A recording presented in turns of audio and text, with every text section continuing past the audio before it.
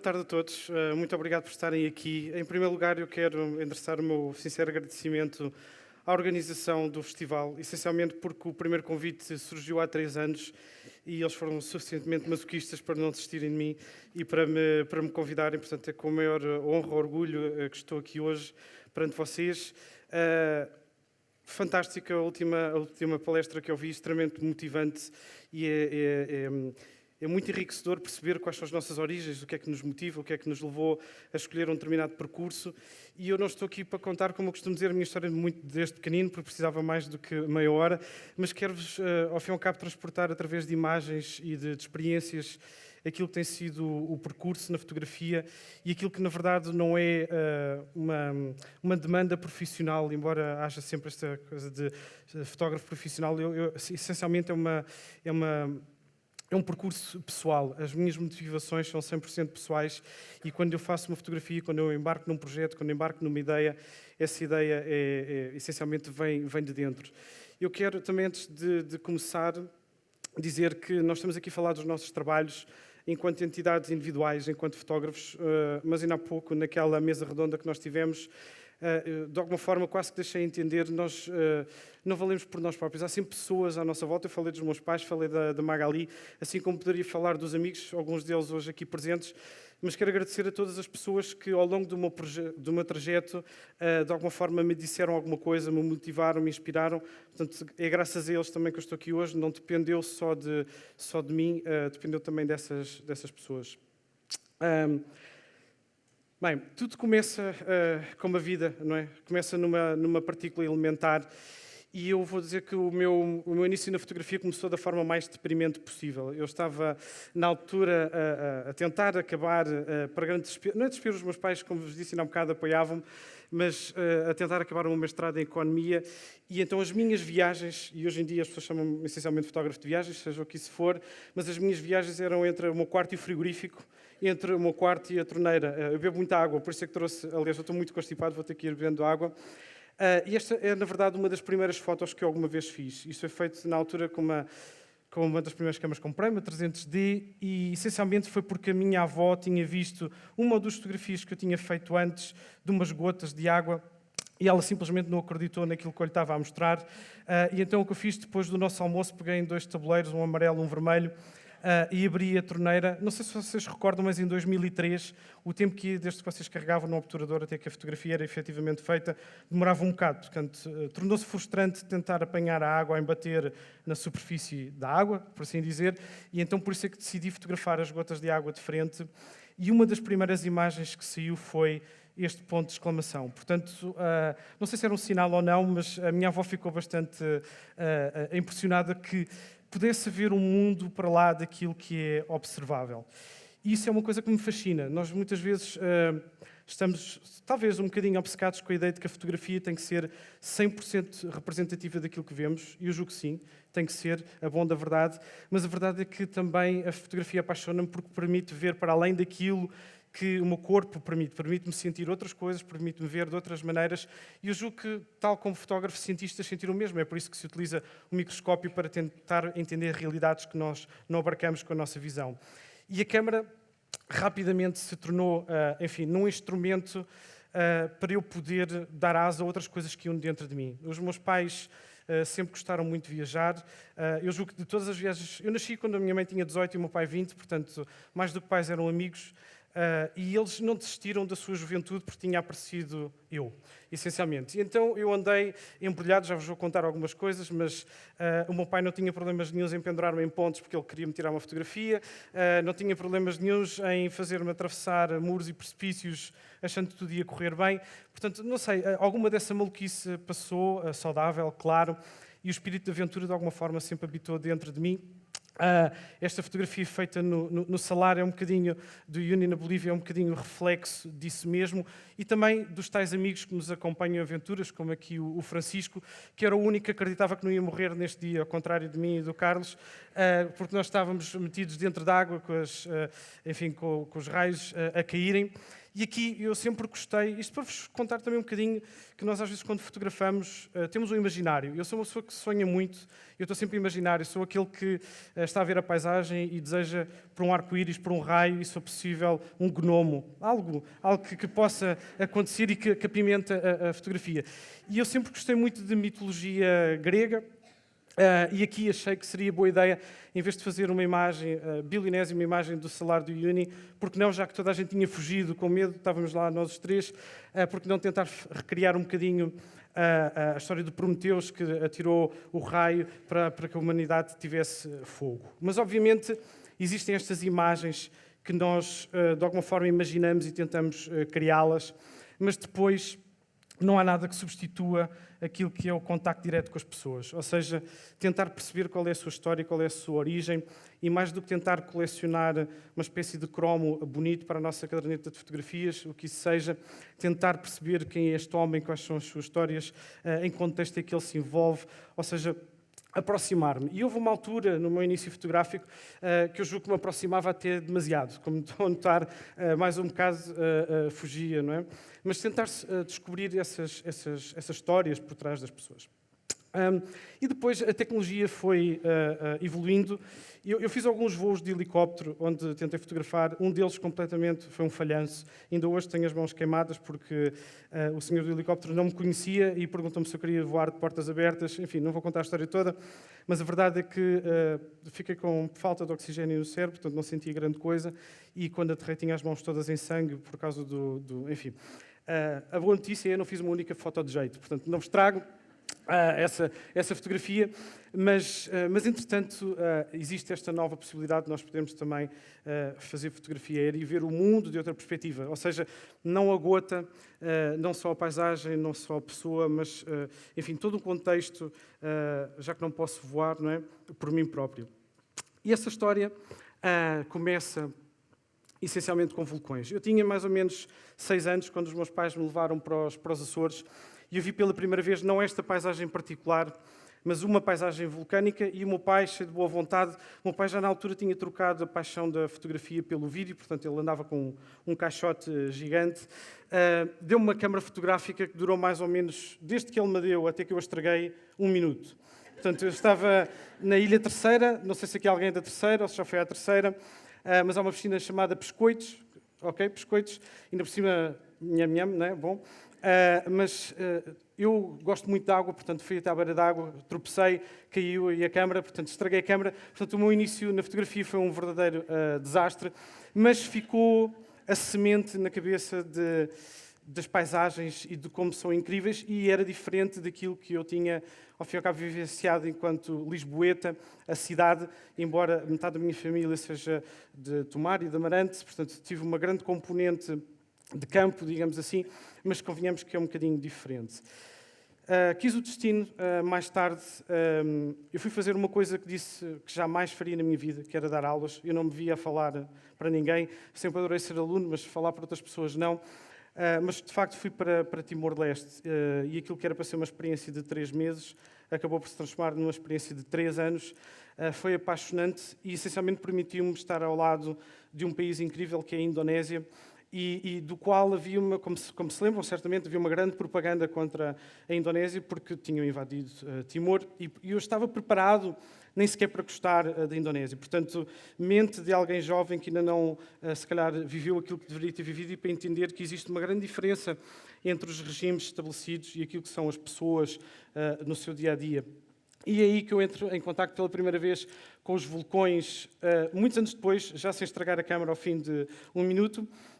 Isto é em Java, o Bromo. Esta fotografia foi feita em 2006, em 2005, e eu estava na altura sozinho quando fiz esta fotografia. Quando digo sozinho, com mais uma ou 2 pessoas, portanto, virtualmente sozinho. E já vos digo porquê que eu estou a dizer isto. Também o Khao Gen, outro vulcão que eu fotografei em 2005, na mesma altura, e eu estava, ao fim e ao cabo, a entrar em contacto com este tipo de paisagem. E é uma coisa que eu há um bocado estava aqui a revelar nesta conversa de bastidores, que é, infelizmente não acredito na imortalidade e também não acredito que nós possamos viajar no tempo. E então a fotografia, já que eu não só posso viver o presente e caminhar em direção ao futuro, Eu julgo que a fotografia é muito interessante porque nos preserva a algum momento para sempre, mas os vulcões em particular permitem-me viajar até um ponto na história em que a Terra era diferente, onde se estava a formar, e por isso me apaixonam. Aqui um vulcão na Ilha das Flores, chama-se Flores ainda hoje, por causa da presença portuguesa lá, e nós temos uma Ilha das Flores, como sabem, aqui no nosso arquipélago dos Açores. E depois, estas imagens foram feitas há cerca de 3 semanas. Portanto, eu e a Magali estivemos a filmar na Indonésia bastante para a nova temporada que vai surgir no início do ano, na SIC, O Mundo à Vista. E, essencialmente, eu queria, à parte daquilo que já tinha sido feito, revisitar estes locais e fotografá-los sob uma perspectiva diferente. E é uma das coisas que mais me apaixona, a fotografia essencialmente feita com luz, não é? Essa é a matéria-prima. E eu não sei se eu neste momento estou a ser encadeado por uma luz muito forte. Eu não a consigo tocar, mas consigo senti-la no meu corpo. E eu acho fantástico isto de ver esta matéria que nós podemos utilizar, que não a conseguimos agarrar verdadeiramente, mas que a conseguimos sentir o calor na nossa pele. Nós não estaríamos vivos se não houvesse luz. No entanto, existe esta coisa mágica que é a fotografia, que consegue fazer com que esses fotões todos que estão a bombardear-nos a toda a hora tenham algum significado e que possam ser transcritos numa mensagem. E, ao fim e ao cabo, é isso que eu tento e que eu procuro criar em cada nova imagem, uma nova perspectiva, mas também, e desculpem, eu vou ter que beber um pouco de água, mas também, de alguma forma, revisitar estes mesmos locais. Portanto, isto é exatamente o mesmo vulcão que vocês estavam a ver ainda há pouco, mas sob uma perspectiva diferente, com uma luz diferente e que revela outra personalidade, outro carisma destes mesmos locais. É pena não haver aqui ninguém. Há uma outra imagem que depois, para vos dar a escala, é um sítio gigante, não é? Em termos de tamanho. Enfim, durante esta viagem por Java, já há muitos anos, eu julgo que há vários vulcões que estão no nosso imaginário, eu não sei no vosso, mas no meu pelo menos estão, e um deles era o Krakatoa, portanto fica na parte oeste de Java, na verdade não é já em Java, é uma ilha separada de Java, mas este sítio há cerca de 2 anos tinha mais de 200 metros acima do que vocês veem hoje. Portanto, era um vulcão em erupção constante, com erupções de lava, e que subitamente, numas vésperas de Natal, sucumbiu e, de um momento para o outro, foram-se embora cerca de 150, 200 metros de material para dentro d'água. Isso, essencialmente, provocou um tsunami, uma onda que, infelizmente, vitimou algumas pessoas em Java, e também esta elevação que vocês veem atrás é o Krakatoa, ou Krakatau, como quiserem, original. Portanto, esta ilha que vocês veem chama-se Anak Krakatoa. Anak significa filho de, e, portanto, é o filho do Krakatoa. E é engraçado, enfim, estar aqui porque se vocês mergulharem, se enterrarem as pernas, chega-se aqui de barco, se vocês enterrarem os pés na areia, continuam a sentir o calor extremo que vem debaixo da terra.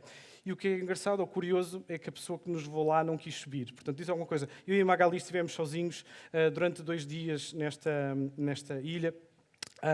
E algumas das imagens que se podem ver são absolutamente incríveis, desde as texturas, as corrências de ferro para dentro da água, esta mistura que acontece, enfim, com o azul profundo das águas da Indonésia, neste caso. Este é um outro vulcão muito menos... E há um bocado estamos a falar muito de redes sociais. Eu vou abordar de alguma forma esse tema, mas um vulcão que terão muita dificuldade, ou mais dificuldade em encontrar, que é o Kelude. Novamente, um sítio absolutamente inacreditável pelo gigantismo que apresenta, pelo silêncio que tem e, sobretudo, pelo lago central, que já foi azul outrora e que agora é amarelo. Ou seja, parece um bocadinho alguma coisa feita por computador, as cores e tudo mais, não é? Nós, indiretamente, quando estávamos a fazer este trabalho, beneficiámos, e quando digo beneficiámos é a palavra errada, de algo terrível, que a Indonésia há mais de 6 meses, grande parte, e sobretudo Java, que não tem chuvas que tanto precisa, e então há muitas queimadas que estão a tomar lugar e que estavam a acontecer quando nós lá estávamos, e isso, para o bem ou para o mal, neste caso para o mal, fez com que houvesse muito fumo no ar, para além da neblina normal. Então, o tipo de cor, e não sei se repararam na imagem anterior, que era sobretudo magenta, tem muito a ver com essa difusão provocada pelos fumos dos incêndios. Aqui na Guatemala, o vulcão Fuego, O Santiguito é um vulcão muito menos conhecido, mas muito poderoso, também na Guatemala. Um gigante que brota entre as nuvens e depois desaparece e oculta-se num revolver bastante mágico. El Salvador, o país onde numa bomba de gasolina vocês encontram alguém com uma caçadeira e a 5 metros dele alguém a vender patos de borracha para dar às crianças. Portanto, em si é uma imagem, era uma imagem interessante para pôr aqui como complemento a esta, mas novamente casa de um vulcão incrível, assim como é a Etiópia. Isto é o vulcão Ertal, um lago de lava que eu fotografei em 2015. Eu nunca tinha estado tão perto da lava como desta vez. Eu não sei se alguma vez tiveram a oportunidade de estar ou não. É muito estranha a sensação que sentem de calor súbito, sobretudo. E este vulcão em particular tem ele cobre-se e solidifica e depois, de repente, quando estala essa camada, o calor que vem é quase insuportável.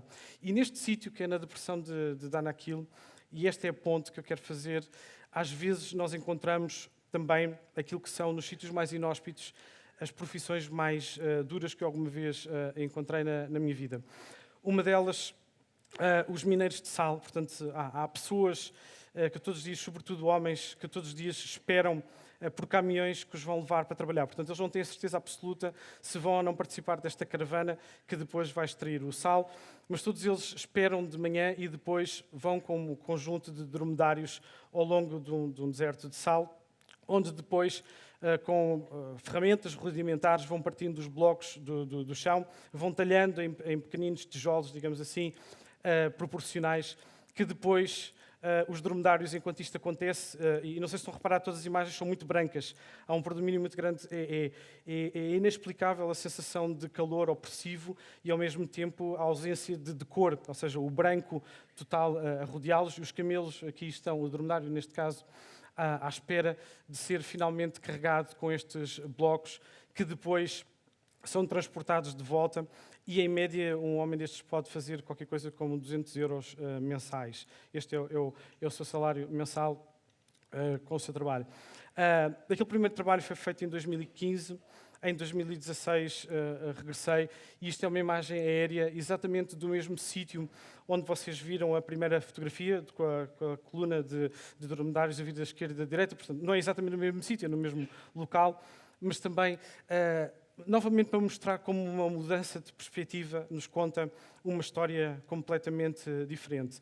E é fascinante, julgo eu, ver do lado esquerdo os padrões criados pelo sal com água aprisionada. Sendo isto um deserto, provavelmente estão-se a interrogar como é que há água num deserto, mas a água viaja soprada em superfícies muito planas por extensões muito largas e acaba por ficar aqui aprisionada. E do lado direito, sem água. E ali no meio, a caravana a avançar. Como vos disse ainda há pouco, entre 2004 e 2006 vivi em Timor-Leste e esse contacto então com a Indonésia e com os vulcões também me levou, em 2005, pela primeira vez, a tomar contacto com estes mineiros de enxofre. Provavelmente, eu não consigo pôr num prato de balança o que é que acho mais duro, se tirar o sal de um sítio cuja temperatura média são 45 graus centígrados, portanto, média há dias que é bem mais elevada do que isto, e por debaixo tem uma série de atividade vulcânica a acontecer, portanto, é uma espécie de forninho em permanência, ou estes homens que extraem os blocos de enxofre e que depois, na altura, quando eu fotografei, ainda não havia muita presença de turismo. Nós estivemos nesta área, como vos disse, desde 2005, eu estive 5 ou 6 vezes neste mesmo vulcão e agora, há 2, 3 semanas, onde novamente deflagrou um incêndio gigante que queimou as duas montanhas, mas na altura ainda não havia muita presença de turistas e, portanto, estes homens não tinham ainda máscaras próprias para respirar nestas condições e partiam os blocos de enxofre e depois carregavam pesos tipicamente iguais ou superiores ao seu próprio peso corporal. Aqui uma imagem também antiga, onde o homem ainda não tem, máscara. Eles antes utilizavam a própria t-shirt a um tecido para pôr entre os lábios. Aliás, esse facto fazia com que os dentes deles se degradassem muito rapidamente por causa da presença do enxofre e da água, faz uma espécie de ácido sulfúrico, não é? Portanto vai corroendo. Aqui uma imagem mais recente, onde já existem algumas máscaras, sobretudo deixadas pelas pessoas que acabam por ir visitar estes homens, enfim, turisticamente, digamos assim. Ok, para além destas profissões, pescadores. Eu sou português, portanto, como sabem, todos nós temos uma tradição ligada ao mar, à exploração, mas sobretudo também à pesca. E na bocado, quando vos estava a dizer que os meus pais, enfim, me levavam para aventuras estranhas, eu julgo que não teria sequer um ano ainda e já estava dentro de um barco a balançar. Portanto, a minha avó paterna tinha um negócio que envolvia importação e exportação de peixe. Os fornecedores estavam essencialmente no Algarve e, portanto, eu fui para o Algarve juntamente com os meus pais e, na altura, eram os dois jovens, como vos disse, eu nasci quando eles tinham 18 e 20 anos, portanto, onde é que eu dormia? Dentro de uma tenda. Portanto, desde o início fiquei habituado a dormir desta forma e a estar dentro de um barco. E então sempre me apaixonou ao fim e ao cabo, a atividade de extrair peixe da água. Porque, enquanto fotógrafo, de alguma forma, eu considero-me um pescador de luz. Não há muitas diferenças entre aquilo que eu faço. Ou melhor, existe todo um mundo de diferenças, mas a paciência que é necessária, a espera, tudo para conseguir algo que nós muito ansiamos e precisamos para a nossa sobrevivência. E aqui, esta imagem feita em 2006, é uma pessoa com uma ligação forte a mim, porque uma das pessoas que mais me inspirou desde sempre no meu percurso foi o meu avô. O meu avô, enquanto patrocinador dos meus sonhos, não materialmente, não com dinheiro, mas também, como vos disse ainda há pouco, como aquela pessoa que acredita no neto. Ou seja, o neto que é o contrário de tudo aquilo que ele defendia, o neto que o trata por tu e não por você, o neto que basicamente veio pôr uma pedra no charco e ele decidiu que era melhor apoiar do que o contrário. E este homem em particular, cuja face vocês não conseguem distinguir muito bem, porque foi feito na altura com uma câmara de 6 megapixels e com a pior objetiva que havia na altura, uma objetiva de kit, não é? E enfim, paga-se aqui o preço. Mas esta história foi-se desenvolvendo e eu pela primeira vez percebi como é que uma tradição evolui e como é que esta tradição se pode eclipsar ou desaparecer. Eu julgo que as tradições são muito importantes. A mudança é importante. Se não houvesse mudança, nós ainda estaríamos numa caverna. Se não houvesse mudança, a minha avó nunca teria saído de Amarante e o meu avô de Tomar para Lisboa. Nunca se teriam conhecido, eu não estaria aqui e não teria tido o privilégio que tive de ter a educação que tive e de nascer no local onde nasci. Portanto, a mudança faz parte da nossa evolução enquanto pessoas, enquanto humanidade. Mas aquilo que me preocupa, e esta é uma das coisas que eu queria aqui transmitir convosco, é que nós nunca sabemos o que é que uma imagem que nós fizemos, o que é que ela provoca anos mais tarde. Porque quando nós criamos uma imagem, e hoje em dia, e dentro daquela discussão que ainda há pouco estávamos a ter na mesa redonda das redes sociais, nós nunca sabemos o que é que uma imagem, nós temos sempre a esperança que uma imagem basicamente transmite algo, desperte emoções, que mostre algo que de outra forma se calhar as pessoas podiam não ter conhecimento e que isso provoque também, como a Daniela ainda há bocado estava a dizer, provoque uma mudança de comportamento. Mas hoje em dia, onde nós vivemos um bocadinho para esse reconhecimento anónimo dos outros, procuramos criar imagens que de alguma forma tenham impacto e isso muitas vezes também leva a que tradições que são repositórios de conhecimento e quando elas desaparecem, como esta tradição dos homens que utilizam corvos marinhos para pescar e que desde 2006, quando eu fotografei pela primeira vez, eu estive lá cerca de mais 7 ou 8 vezes no mesmo local, sendo o último em 2018, que já vos vou mostrar, esta tradição essencialmente eclipsou-se. Existem 5, 6 pescadores originais.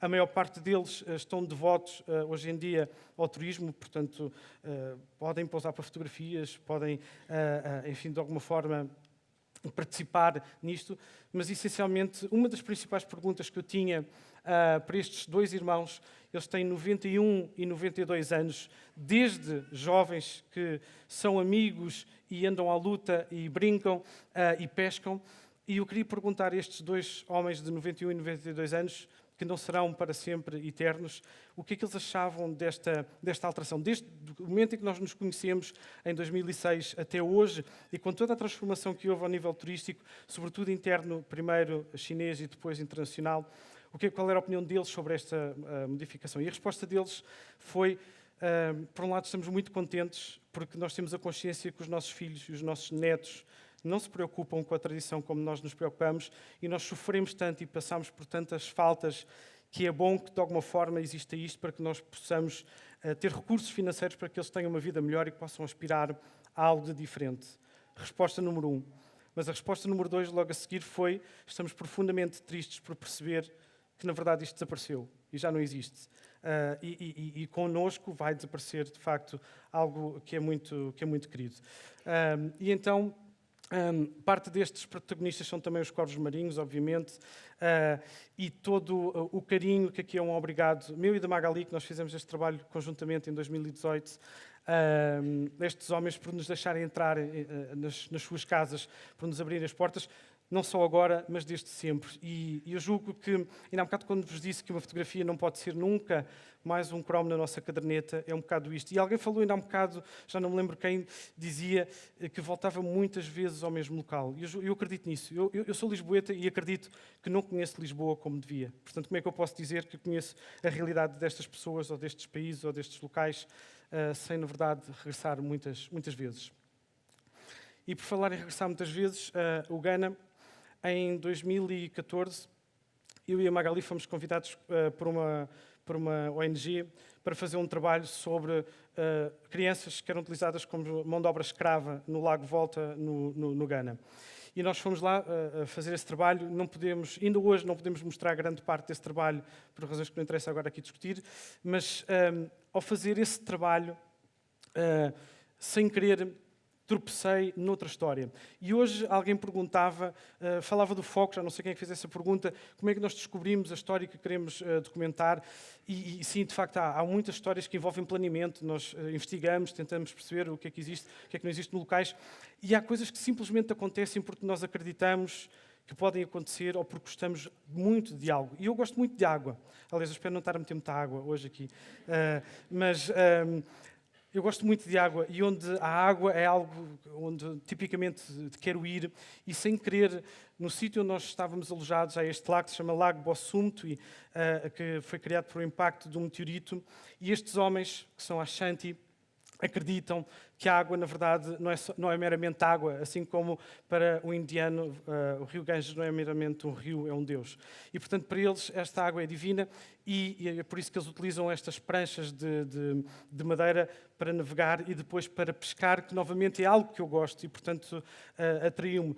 Mas não foi possível logo fotografar. Foram precisos 3 dias em que todos os dias de manhã ia com mochila para a beira do lago, com eles a dizerem porque eu não podia fotografar, que era tabu, e eu julgo que isto é outra mensagem que eu vos queria passar, que é o respeito. Eu julgo que quando nós decidimos interceptar a vida de alguém para retratar a sua realidade, em primeiro lugar temos que os respeitar imenso. Imaginem ao contrário, alguém vir de outro país para as vossas vidas, para as vossas casas, e colocar-vos uma câmara frente à vossa cara, sem qualquer tipo, de pelo menos introdução. E a verdade é que ao fim de alguns dias consegui começar a fotografar, sobretudo, este homem que se chama John.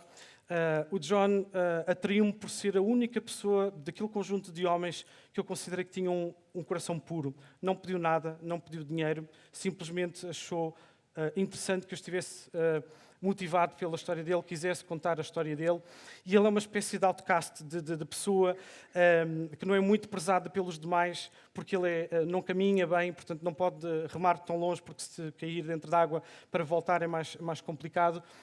E se calhar por isso mesmo um coração puro, e eu tive a oportunidade de acompanhá-lo desde a primeira vez que fomos ao Ghana até hoje. Todos os anos temos ido a acompanhar a sua vida.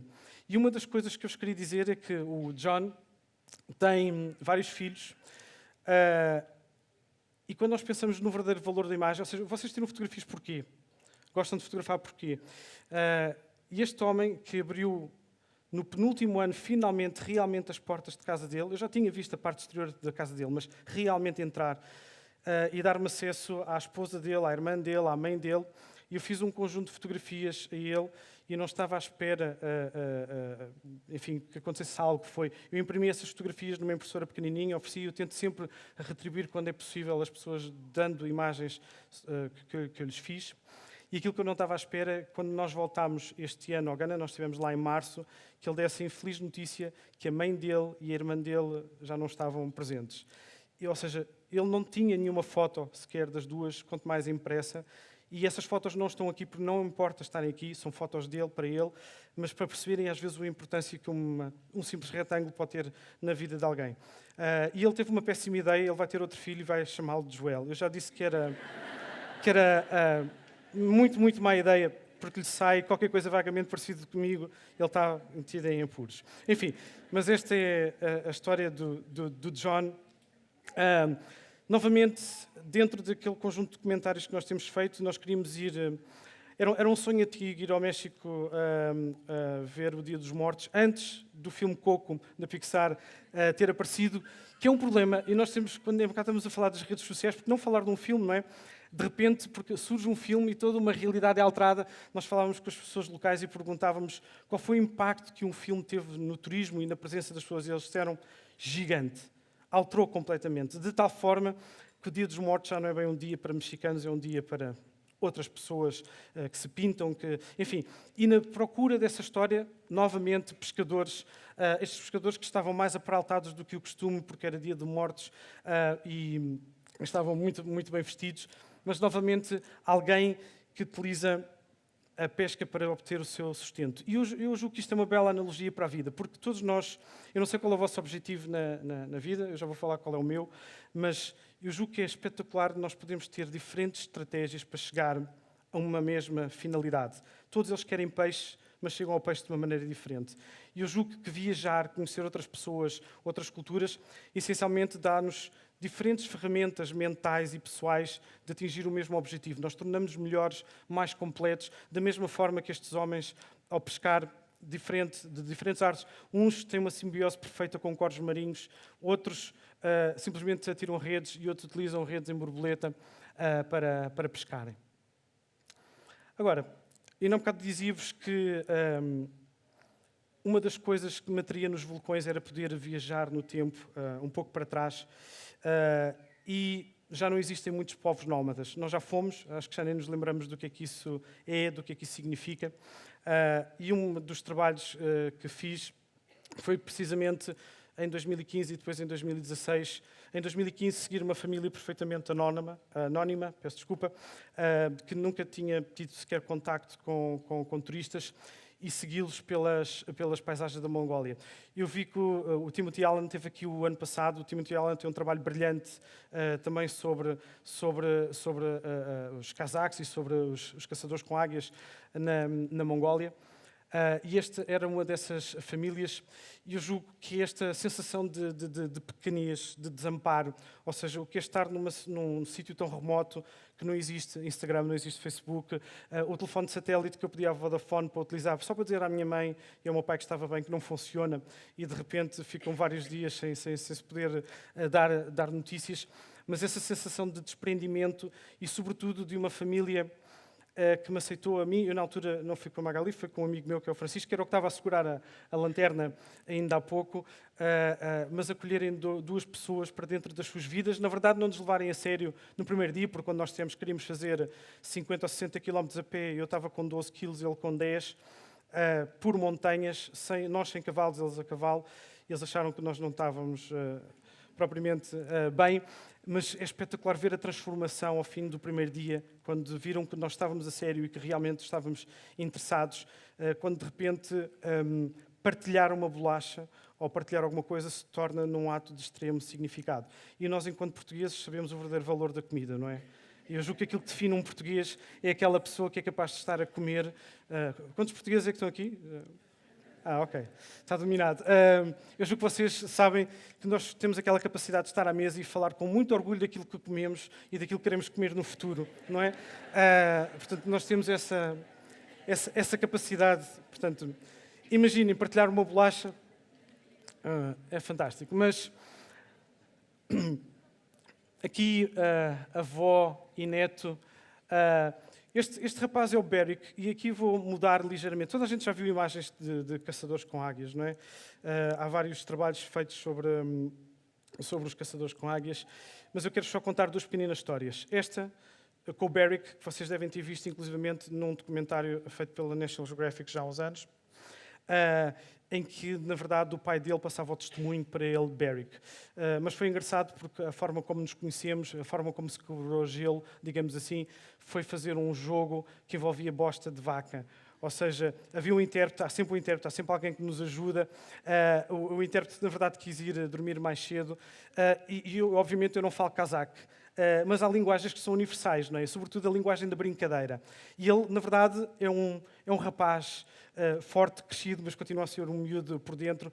E a nossa brincadeira foi colocar à porta dos girls baldes com bosta para que o guia não era guia, era o intérprete de manhã, levasse com essa bosta. Só porque às vezes perguntam como é que um retrato nasce, e a imagem que foi feita antes desta imagem, na verdade, era eu a mostrar fotografias de Lisboa.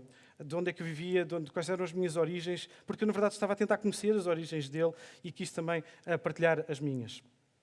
Nessa mesma viagem, acabei por estar com Agalai, que é o pai da rapariga que vão ver a seguir, e a introdução foi completamente diferente. Assim que eu cheguei, ele estava dentro de uma espécie de cerca, e o dia, aquilo que eles tinham para fazer nessa altura, espero não ofender ninguém aqui, mas era castrar animais, portanto, os machos. Portanto, a minha primeira introdução foi uma espécie de olá, e a segunda coisa era eu assegurar, eu não queria sequer fazer aquilo, nem sequer, eu estava-me a revirar por dentro porque acho uma coisa demasiado brutal, mas este é outro dilema que nós temos. Nós temos todas as nossas crenças, cultura, aquilo que nós definimos como fronteiras para nós próprios. Até onde é que vamos? Comemos, não comemos carne?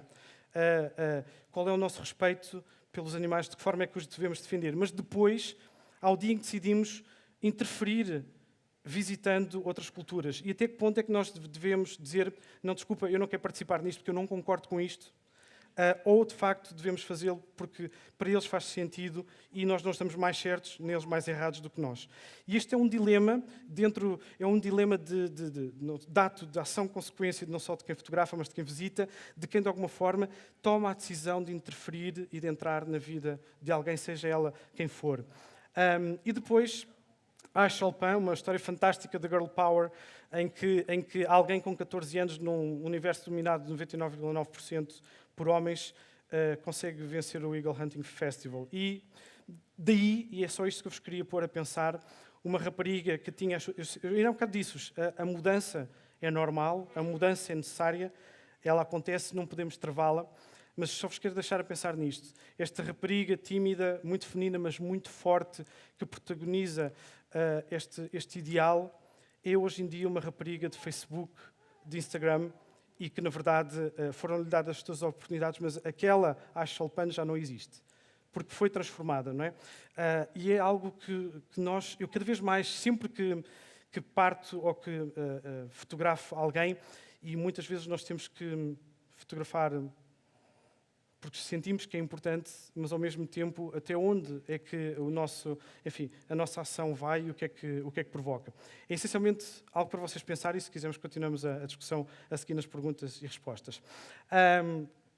Aqui, outra parte mais a norte, na Mongólia, os de Satã, nós estamos quase a chegar ao Natal e isto parece um conto de Natal. E isto é outra coisa. Nós muitas vezes, e eu já vou desenvolver um bocadinho mais isto, nós colocamos no nosso imaginário determinadas coisas que depois, às vezes, quando estamos a visitar as realidades, tentamos incorporar ou recriar. Mas esta família da Purev e de outras, ela bastante não é, digamos assim, não é das famílias limítrofes, que são também, é um povo que, na verdade, habitava na Rússia, depois, durante a Segunda Guerra Mundial, justamente foram empurrados para dentro da Mongólia, da mesma maneira que os cazaques também saíram do Cazaquistão para dentro da Mongólia. Mas esta família em que nós tivemos, novamente foi um trabalho que eu fiz, eu e a Magali, com a família, com a avó, com a mãe e também com a neta, neste sítio incrível, mas novamente as raízes nómadas. Alguém que vive, porquê renas? Porque não um cavalo? E não usam cavalos porque no sítio de onde vêm é tão frio, tão frio, tão frio que os cavalos não se dão, e então as renas, das hastes das antenas fazem todos os seus utensílios, da pele das renas fazem vestes, do leite fazem os laticínios que consomem, e tudo continua a funcionar mais ou menos num círculo perfeito, porque depois a verdade é que são pessoas que vivem dentro de um país que tem um regime em que diz-lhes a partir da manhã não podes caçar. E, portanto, de repente, aquilo que era o meio de subsistência deles, que é a caça, deixa de ser viável. E, obviamente, o que é que acontece? Estas tradições, estas pessoas, têm que se virar um bocadinho para a forma ocidental de fazer as coisas. Ou seja, vão começar a precisar de entrar no nosso círculo do ratinho, em que precisamos de dinheiro, porque com dinheiro podemos comprar aquilo que precisamos para viver. Da mesma maneira que os pescadores na China, porque ter tanto trabalho a pescar, sai muito mais barato ir comprar o peixe ao mercado, não é? Hoje em dia. Portanto, de repente, tudo muda. E por falar em tradições, ainda há um bocado disse-vos, as tradições essencialmente são repositórios de conhecimento. Eu julgo que quando uma tradição morre, mais do que desaparecer um modo de vida, desaparece um conjunto de conhecimento. Novamente, voltando à comida, se um prato desaparecesse, não é? Também há todo um conhecimento de conjugação, quase uma alquimia, para fazer algo especial desaparece. E a mesma coisa com as tradições. Eu estive o ano passado no Níger e aquilo que eu queria fotografar essencialmente era o povo Tuareg aqui, o minareto mais alto do mundo. Mas essencialmente, muitas vezes quando visitamos sítios, levamos algum preconceito atrás. Eu não tenho, de modo geral, preconceitos, mas aquilo que eu senti, eu que estava a entrar dentro de mesquitas, e nós sabemos entrar cá dentro de uma igreja, o que é que isso significa.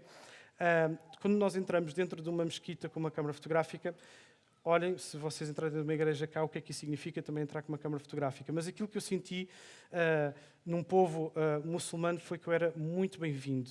Extremamente bem-vindo. Eu fui extremamente bem tratado num país que, infelizmente, graças ao terrorismo, e foi muito complicado atravessar este país, foi necessário bastante segurança, porque, ao fim e ao cabo, quem é ocidental e quem fotografa é um alvo apetecível, mas aquilo que eu senti foi uma proximidade muito grande das pessoas. E eu queria não só retratar esse lado, mas também o lado dos Wahdabi, das tribos. E eu vou só mostrar uma foto apenas de um Wahdabi pintado, porque tem a ver aquilo que eu ainda há um bocado vos queria transmitir, que é aquilo que são as nossas expectativas em relação a determinadas culturas. Nós vimos muitas imagens que nos apaixonam de tribos, de pessoas pintadas na Papua, na Etiópia, enfim, de vários locais do planeta. E nós, de alguma forma, quando vemos essas imagens, sentimos esse impulso de viajar, de ir até essas culturas, de experimentá-las, de conhecê-las. Já falámos da interferência, mas estamos à espera que estas pessoas vivam todos os dias pintadas à nossa espera.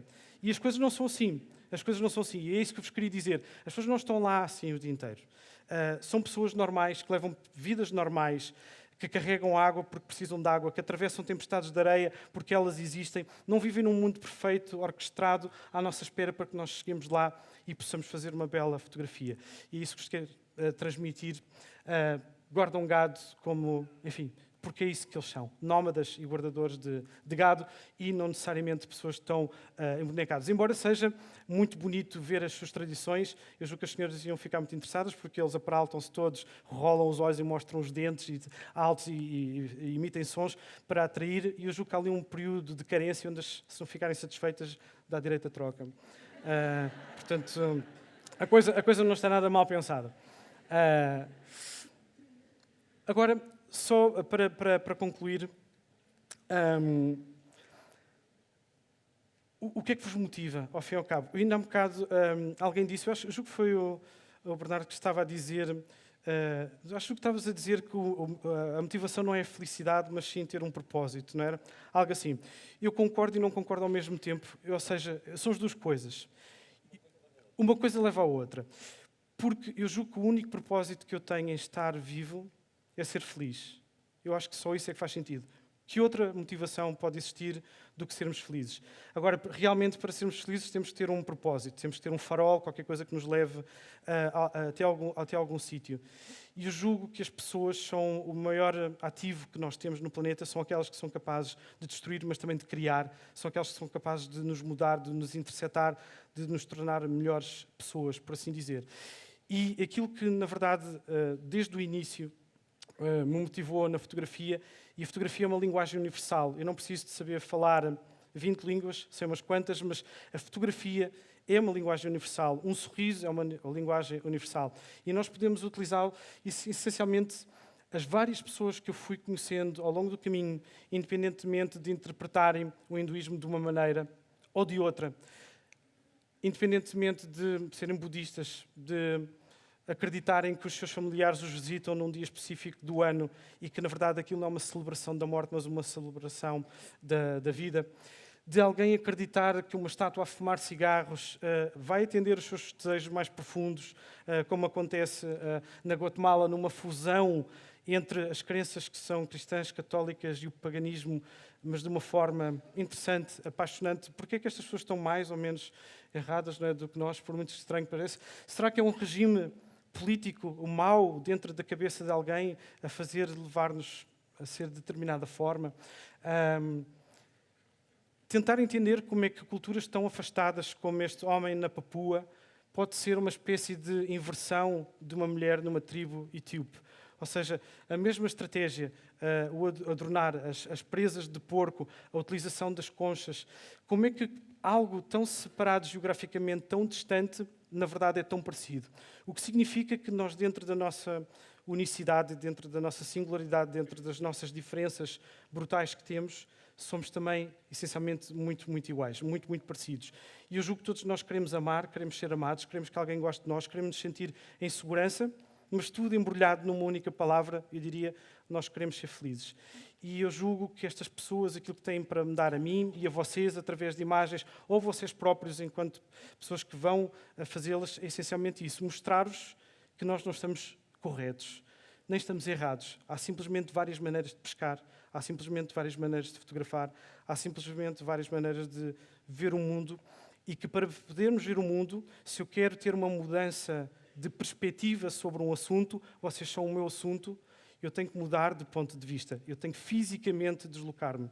Eu julgo que a motivação da viagem é essa. Eu tenho que me deslocar fisicamente para ter acesso a novas perspectivas, para que eu possa entender um pouco melhor o que é que torna as pessoas felizes, para, por sua vez, nesta minha jornada pessoal, porque é sobretudo isso, tentar perceber como é que eu posso ser feliz. Ainda não encontrei a 100% da resposta e julgo que, na verdade, vou andar atrás desta cenoura durante muitos anos. Portanto, olhem, eu tenho só, antes de me despedir, eu queria vos mostrar um pequenino vídeo, porque eu julgo que, não sei, quem é que aqui fotografa? Já agora. Se alguém tiver o braço para baixo, eu não acredito. Porque toda a gente já tirou uma fotografia, todos fotografam, ok. Mas como já dei a entender, hoje em dia tudo se cruza, não é? E eu julgo que um fotógrafo já não é só um fotógrafo. Um fotógrafo é um escritor, um fotógrafo é alguém que ensina, um fotógrafo também é alguém que faz vídeos. E eu julgo que nunca vou fazer o mesmo que o meu pai, que trocou a fotografia pelo vídeo. Portanto, a fotografia continua a ser e será sempre a minha paixão. Mas a verdade é que, da mesma maneira que a poesia ou a escrita não substitui a música, a fotografia também não substitui o vídeo e vice-versa. São simplesmente duas formas de poder contar uma determinada narrativa, de chegar até às pessoas, de as emocionar. Porque, essencialmente, eu julgo que quer seja uma fotografia, quer seja um vídeo, eu julgo que a prova dos 9, se ela é boa ou má, por mais insatisfeito que eu seja, e ainda há um bocado revelei na mesa redonda que eu até hoje não estou satisfeito com nada daquilo que fiz, e não estou a mentir-vos, estou a ser brutalmente honesto, mas a verdade é que eu julgo que a prova dos 9 muitas vezes não está em nós, está em vocês. Ou seja, se de alguma forma uma imagem vos tocar e vos motivar, seja de que maneira for, eu creio que o meu papel na Terra está relativamente cumprido, porque cheguei de alguma forma até vós. Portanto, eu vou-vos só mostrar este pequenino vídeo e já voltamos à conversa, está bem?